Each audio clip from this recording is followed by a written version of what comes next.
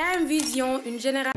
mu nekk une première fois ñu parrainé koo xam ne c'est un pur produit du lycée de Keur Madiabel en plus moom it mu ñëw fi taxawaayu doom taxawaayu président aussi du mouvement Relève. Aujourd'hui il est venu avec des matériels yoo xam ne sophistiqués de dernière génération pour juste accompagner la dernière génération parce qu'en fait dama jàpp ne nit bu nekkee ci société dafa war a amal société bi njëriñ kon donc en fait on est aujourd'hui pour ànd ak la délégation de Malick Thiam qui est non seulement notre coordonnateur, le coordonnateur du mouvement Relève, mais qui est un frère, qui est un parent, en fait qui est un citoyen en fait de la localité mu nekk koo xam ne lépp lu mos a am indi na ko Keur Madiabel ba tey lii nga xam ne mooy activité de lycée de Keur Madiabel mu def si une valeur de presque à 8 millions de francs CFA pour la première fois ci koo xam ne amul ndombo tànk ci koo xam ne amul benn responsabilité étatique boo xam ne war na mën a créer un réseau bu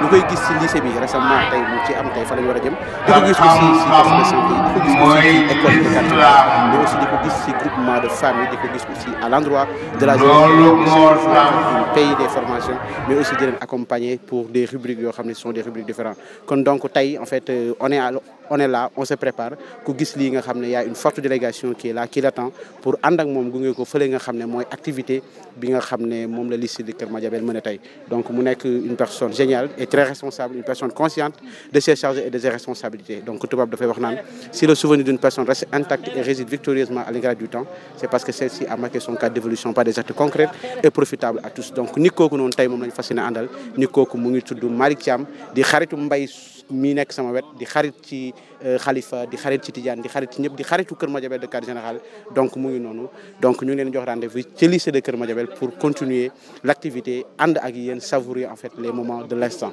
merci beaucoup jërëjëf.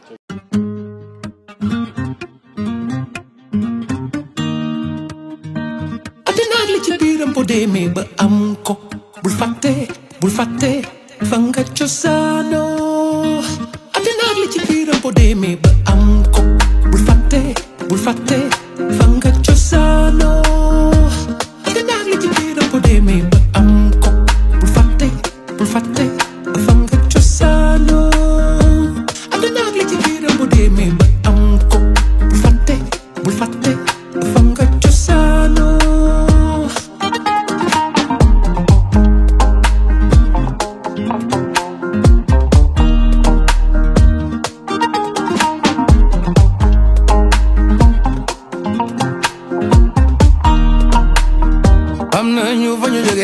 li ñu jaaxal mooy fu ñu jëmee suufi maam yi moom bu ñu woowee dañu tànqam lu duñu sore dañuy fatu ni mu gën a gaawee ñun ndawi réew mi dañu bare ci fi luy jëriñ fii ak fële bañu ñu si dara ku ngeen booy bare wër na àdduna Japon and Australia there is no place like home fenn du suñu gaal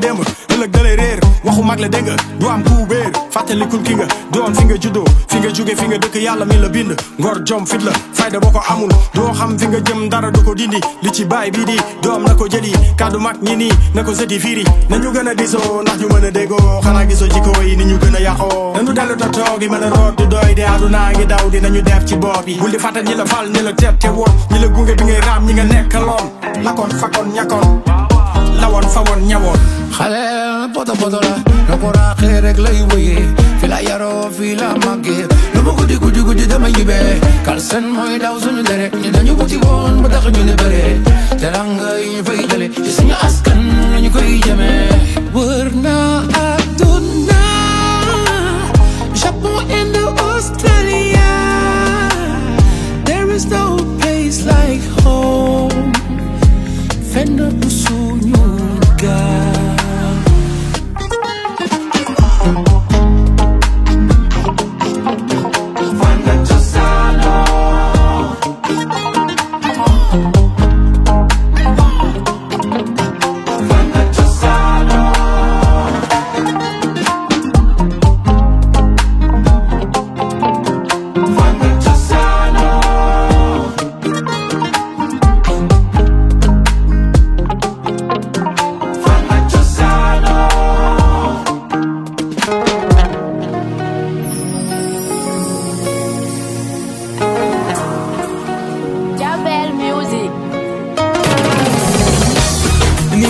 mbaax dafa yombul soo ko amee dang koy dee na la jaral xeex ba dee foo ko jëlee ci soo ko ñàkkee garmi baa ngi Amir Thiam garmi baa ngi sa mbaax de moo ma yéem mbokk yee ko waxandoo nee na ñu fulla ak jom moo la may loo mante am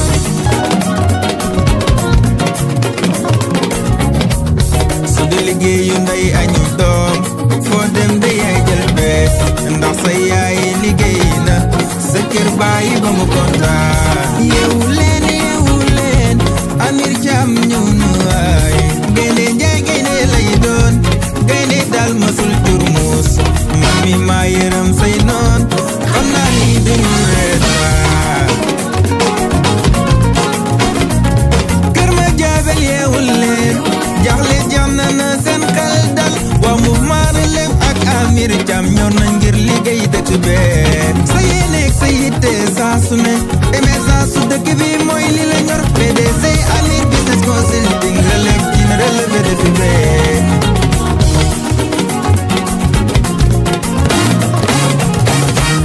su Amar Thiam doone sa baay Adja Fatou Thiam di sa yaay loo am du sens mérite la soo meloon ne nañ ñu ne la foo jógee wóolu nañ la taamu nañ la tànn nañ la te doy ngeen pare nañ ñu ànd ak yow lu ñu ci góobee dinañ ko def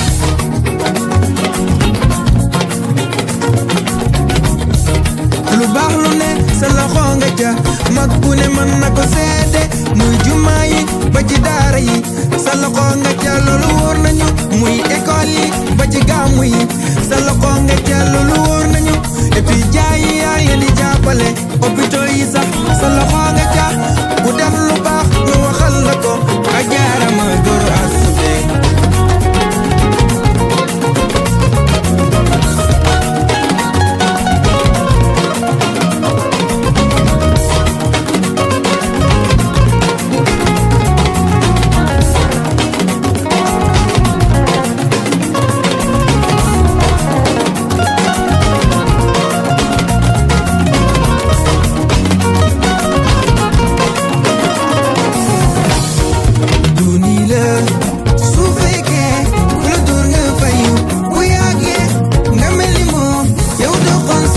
kontaan nañ gis nañ te nangu nañ jam dem ak bokkar jokkoñal kenn doon ne la jëm Relève ca kaw ca kanam Amir ca kaw ca kanam Relève ca kaw ca kanam Amir ca kaw ca kanam kon waa Relève yëngu leen yéen moom muy wee xoolal ma maa jaag jigéenu Amir moom Relève la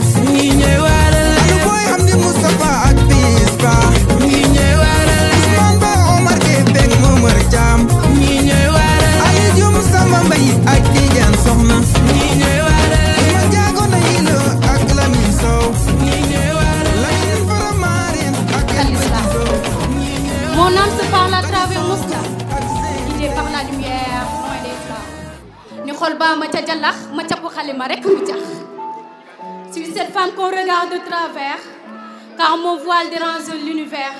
Mais sous ce tissu, il n'y a pas de prison, il y a des rêves de la foi, des raisons. Certains disent que je suis soumise, mais ils ignorent que je suis promise à Wing, à une force que rien ne brise, à un combat que je mène avec maîtrise. Je suis cette femme aux voix islamiques, une voix qui sonne authentique, barhamienne magnifique aux paroles coraniques. Je marche avec prudence, je parle avec éloquence. De par mon habillement, je dégage une certaine élégance. Mesdames et messieurs, permettez-moi de vous dire que je suis Aourasoul. Assalamu alaikum. Regardez le penseur qui pense à penser ses pensées, qui questionne l'interrogation et qui a peur d'avoir des certitudes. Qu'est-ce que l'être? Qu'est-ce que le non-être? Qu'est-ce qu'un homme? Qu'est-ce qu'une bête? Qu'est-ce que le bonheur? Est-ce que je suis ce que je pense ou ce que je pense? Est-ce que je suis qui je suis réellement? Je suis un dieu ou un diable? Je suis un ange ou un démon? Suis-je tout ou rien? Peut-être, bas en doute. Je suis celui qui doute que je doute. Je sais que je sais tellement de choses. Je ne sais rien. Je ne sais rien ni de la vie ni de la mort. La vie et la mort, c'est deux prostituées danseuses, prétentieuses. Venez danser avec moi, mes bébés. Un petit pas à gauche, un petit pas à droite. Ah oui, dites-moi, monsieur, pourquoi la vie ne vit pas? Pourquoi vit-on pour mourir? Demandez à la mort, pourquoi mort ne meurt pas? Pourquoi mort vit? La vie vous donne qu'une pute éternelle qui nous couche par la mort. Quel mal! Non, quel bien! Non, si, quel mal, bien. Le bien et le mal donnent du sens à l'existence, mais quel est le sens de ce sens? Quelle cohérence incohérente? Quelle vie morte? Quel univers mondial? Qu'est-ce que j'ai? Je suis vraiment fou qui porte la raison. Je suis vraiment malade qui apporte la guérison. Je suis un interrogateur, un perturbateur de mots, un penseur, un voyageur, un buveur, un verbomane, le petit grand homme vomisseur de verre. Je suis un philosophe. Et d'autres questions sur lesquelles je ne voudrais pas peut-être aborder. Mais saluer toute l'assistance et vous dire que Amir, c'est une personne exemplaire. Je l'ai connu un soir du mois de novembre 2021, exactement je crois le 4, alors que j'étais secrétaire général de l'ANPEJ. Il est venu avec un trio infernal dans mon bureau, m'accompagner dans une aventure périlleuse à laquelle nous avons joué un rôle fondamental et nous avons gagné. Cela justifie amplement ma présence ici. J'ai fait beaucoup de pays, inspecteur, et vous savez que les pays qui sont aujourd'hui en avant, ce sont les pays qui ont mis l'éducation en première position. Ce sont les pays scandinaves, ce sont les pays asiatiques. Et l'exemple de la Corée du Sud est un exemple patent. J'ai vu tout de suite les suites géométriques et arithmétiques. Ça m'a fait un retour dans le passé. Mais j'étais en train de réfléchir avec l'intelligence économique, est-ce que nous devons enseigner les mathématiques comme moi je le faisais? Il y a quelque chose qui est en train de changer, parce que la résolution de ce problème, si vous le mettez dans ChatGPT, il réfléchit exactement pendant 7 secondes et il vous donne la réponse. 7 secondes. Et c'est le résultat qui est important.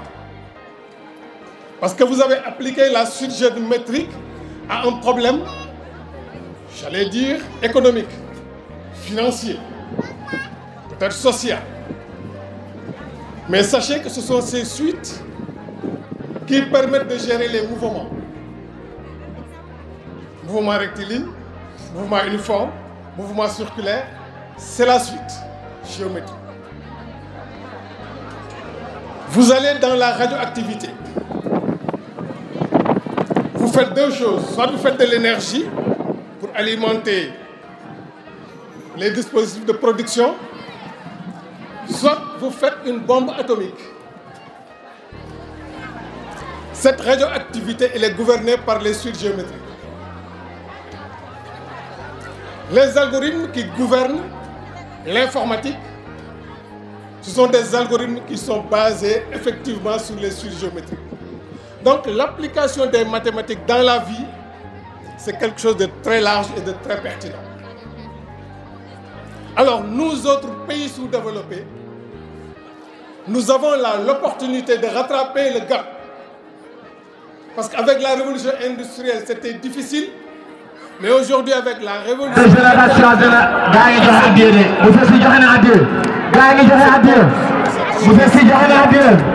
déjà mais day joxe ak yéen. exquise. gars yi dañ koy xoolal tey. Qui a une capacité déjà mais joxe na àllarba. voilà monsieur Thiam. pour que nous man damay joxe àllarba waaye damay toog si rajo bi ñaanal ko. moo jàngal DG Amadou Diop Kébé terminal.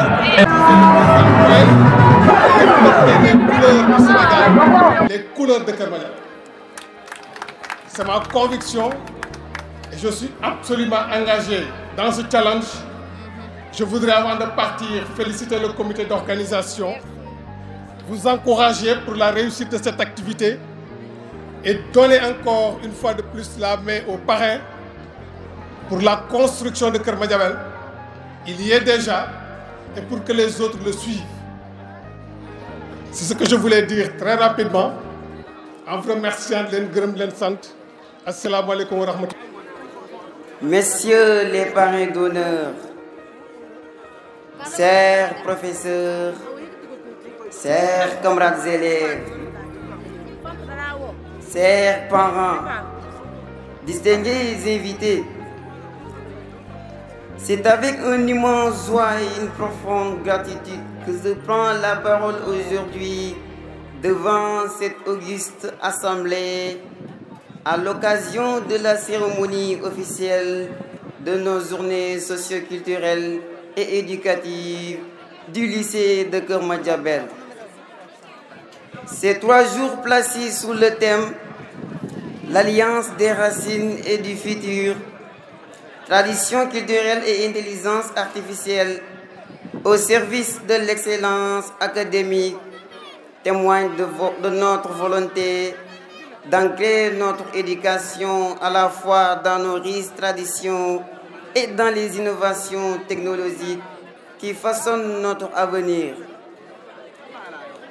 Permettez-moi de vous présenter le bilan des activités menées par le gouvernement scolaire durant cette année académique 2024-2025. Notre mandat a été guidé par la vision d'une école inclusive, dynamique et tournée vers l'excellence, où chaque élève peut s'épanouir pleinement. Durant ces 3 jours de gouvernement scolaire, nous avons pu assister à des moments forts.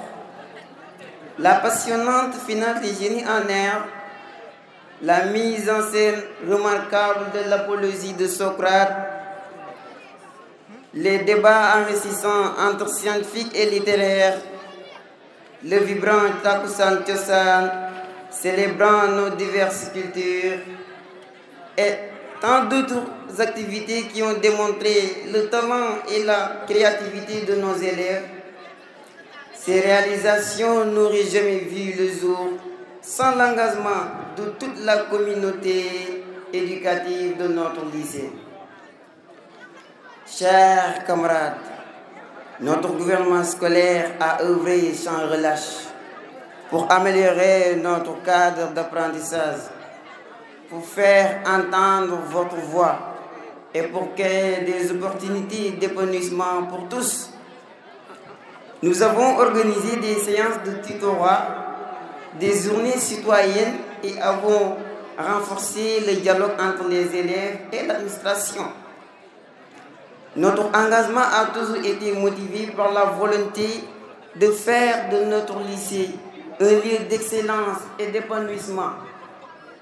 Cependant, rien de tout cela n'aurait été possible sans le soutien indéfectible et les conseils avisés de nos professeurs encadreurs.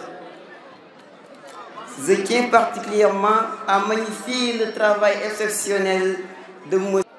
Ma plume versera vos armes car il est plus agréable que le khalam.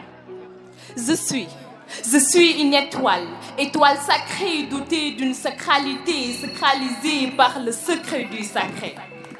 L'étoile qui tire le ciel magique céleste pour bénir les vapeurs pleures. Je suis l'étoile Muntanta. Sur ce, je m'inclus et vous dire Assalamu alaikum. Hello girl and boys. I want to listen your voice. You are happy today, nice. Assalamu alaikum, maaleykum salam. Permettez-moi de faire le salam. Salam, nuyu naa leen ñëpp tey dama ñëw pour participer. Je remercie mon cher Papa Mas. Je remercie mon cher Habib Kébé qui est mon professeur et diachroniquement mon amour sur lui augmente rapidement. Il est mon prof et il m'a appris les strophes. Bref, je préfère parler de lui que du milieu des torrents proches. Bonsoir à tous. Je m'appelle Elal Ousmane Thiam, fils de Oussad Iliman Thiam, élève en classe de 1er L2A au lycée de Keur Madiabel. Merci. C'est pour cela qu'aujourd'hui nous abordons notre thème portant sur l'intelligence artificielle. Dans les salles de classe de Dakar à Saint-Louis, une nouvelle étoile brille dans notre ciel. L'intelligence artificielle s'invite en cours, promesse de savoir d'un avenir sans pareil. Sur nos téléphones, nos écrans toujours plus proches, elle traduit, calcule, analyse sans reproche. Guérit l'ignorance par un simple toucher d'écran. Quand il y a la connaissance, nous chambler un océan. Et à la fois inégalé, Baïnias, Falam divine, il n'aime pas la fille qui s'incline. Sa lumière traverse frontières des océans, industriels au cœur des croyants. Savoir raisonne jamais encore altéré. Prenez l'amour quand la haine divisée, l'unité des cœurs quand l'amour se brisait. La feuille de Tigania, courant qui défend. Le Medina Baye au café de la terre, ton métal voyage puissant comme l'éclair. La feuille de tout coule, source intarissable, abreuvant les âmes d'un chute impérissable. Le savoir à l'armée, le courant dans le cœur, bien chemin la paix, récolter la ferveur. Chagrin de faible de cette terre africaine, pour tous les coups de ta voix douce et sereine. Awaji demul akan, lui jabri kasiru, fa inani wakilu, siru bay bakay. Yalla la fi indi nga jang damu yi ay sëriñ ba xam bo fi nekkoon gaay sanku nañ Baïnias, étoile du Sénégal, guide spirituelle, visionnaire total. Mon salam, réveille dans nos âmes, en éveil, comme une prière au lever du Le soleil. directeur Ali Dioum et mon très cher oncle, le directeur Ousseynou Mbow. Monsieur le proviseur, vraiment,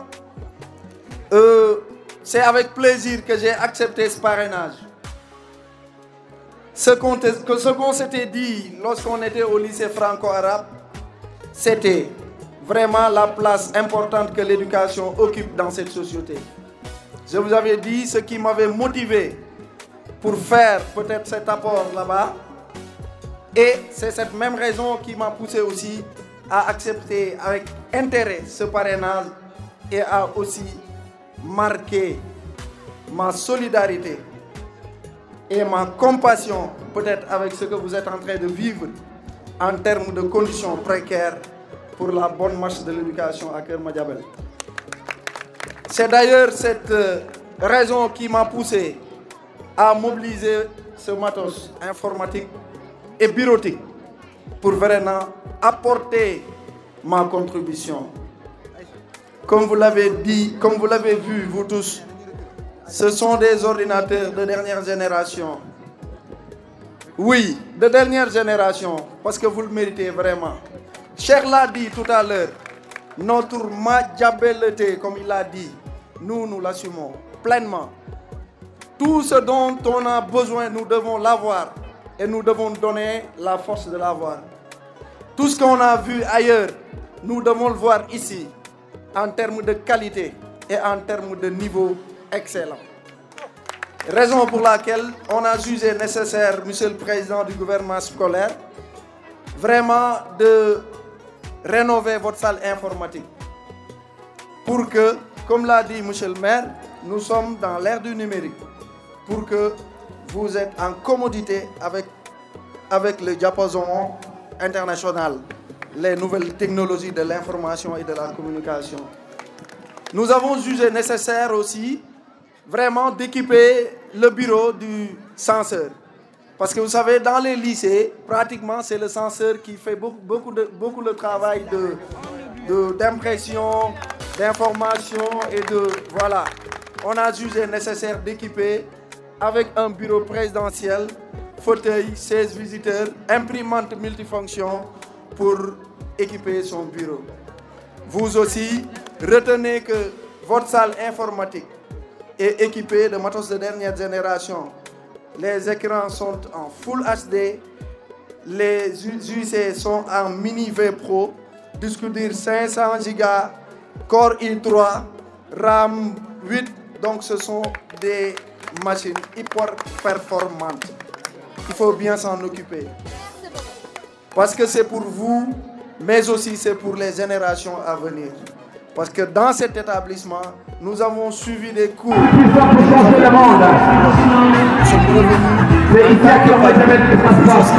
revenus en tant que parrain et vous allez apporter beaucoup plus. Donc vous devez prendre en charge ce matos et en très bon soin. Hier nuit, lorsqu'on était venu apporter le matos, M. Mbaou, que je salue de passage, que je remercie et encourage, m'a fait part de votre mur de clôture qui est en état d'inachèvement parce que le promoteur ou l'entrepreneur avait reçu instruction de ne faire que 500 mètres et il en restait 20 à compléter. Donc hier nuit, j'ai pris l'engagement peut-être de commencer le mur de clôture. Raison pour laquelle on a amené ces 2 tonnes de ciment pour que dès demain, on va commencer les briques et un maçon va venir faire le travail pour que le lycée ait plus de sécurité. Je ne vais pas terminer mes propos sans pour autant remercier mon frère Ibrahim ici présent. Je le vois comme mon papa parce que ça aurait été lui, peut-être ma famille ne serait pas représentée. Et quand il est là, je le vois comme mon père qui est à Dakar parce qu'il aimerait être ici avec moi. Il m'a dit, dis au proviseur de m'appeler. Il m'encourage sur ce chemin et dans ses actions. Ibrahim, je te remercie pour ta présence. Et je prie Allah pour qu'il te garde soigneusement. Je remercie aussi les lignes de relève, celles et ceux, les hommes de relève, qui sont avec moi et qui m'épaulent, qui m'encouragent, qui me soutiennent pour que je réussisse ces genres de missions. Je ne peux pas prendre la parole sans pour autant les remercier vivement. Pour terminer le tout, je vais devoir peut-être faire un don pour un groupe d'élèves, anciens élèves. Je vais nommer KM Vision. Ce sont des jeunes, monsieur le proviseur, qui étaient des élèves de ce lycée et qui marquent le paysage médiatique de Keur Madiabel. Ils s'efforcent pour faire de Keur Madiabel, pour faire de leur plateforme audiovisuelle une plateforme qui permet à Keur Madiabel d'être connecté. Et vraiment, il immortalise chaque événement, que ce soit religieux, culturel, politique. Il ne cesse de faire des efforts pour l'immortaliser. Raison pour laquelle je veux leur offrir cet écran plat, parce qu'ils sont en train de confectionner un plateau télévision où ils veulent faire des émissions, donc ils en ont besoin. Il faut aussi leur donner un ordinateur parce que là, on a 12 ordinateurs. L'un, c'est pour le censeur, les 10, c'est pour la salle informatique des élèves, l'autre, c'est pour KM Vision. Donc, ils ont aussi un mini PC et un écran Full HD. KM Vision, que je vous demande d'applaudir très très fort. Voici, mesdames, messieurs, vraiment tout ce qu'on avait amené comme soutien à notre établissement qui nous a vu réussir parce que c'est ici qu'on a eu notre baccalauréat, bac qui nous a permis aussi d'avoir d'autres diplômes qui nous ont permis d'avoir un boulot qui nous a permis d'amener quelque chose ici.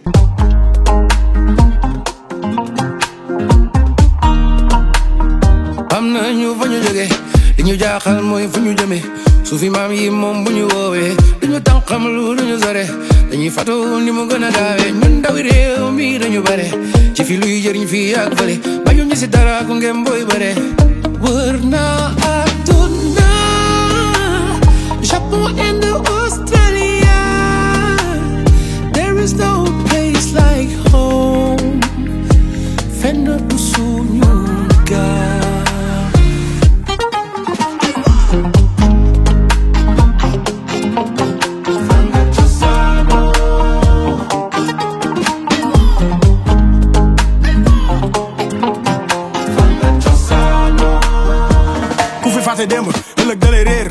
mag la dégg nga du am ku béer fàttalikul ki nga doon fi nga juddoo fi nga jóge fi nga dëkk yàlla mi la bind ngor jom fit la fayda boo ko amul doo xam fi nga jëm dara du ko dindi li ci baay bii di doom na ko jëli kaddu mag ñi nii na ko sëti fiiri nañu gën a disoo ndax ñu mën a déggoo xanaa gisoo jikko yi ni ñu gën a yàqoo nañu dellu ta toog yi mën a root du doy de aduna ngi daw di nañu def ci bopp yi bul di fàtte ñi la fal ñi la teet te woon ñi la gunge bi ngay raam ñi nga nekkaloon lakoon fakkoon ñakkoon lawoon fa woon ñawoon xale poto poto la na ko raaxee rek lay wëyee fi la yaroo fi la màggee lu ma guddi guddi guddi dama yibee kalsen mooy daw suñu deret ñi dañu wuti woon ba tax ñu ne bëree teranga yi ñu fay jële ci suñu askan lañu koy jëmee wër na àdduna Japon and Australia there is no place like home fenn bu suñu gaal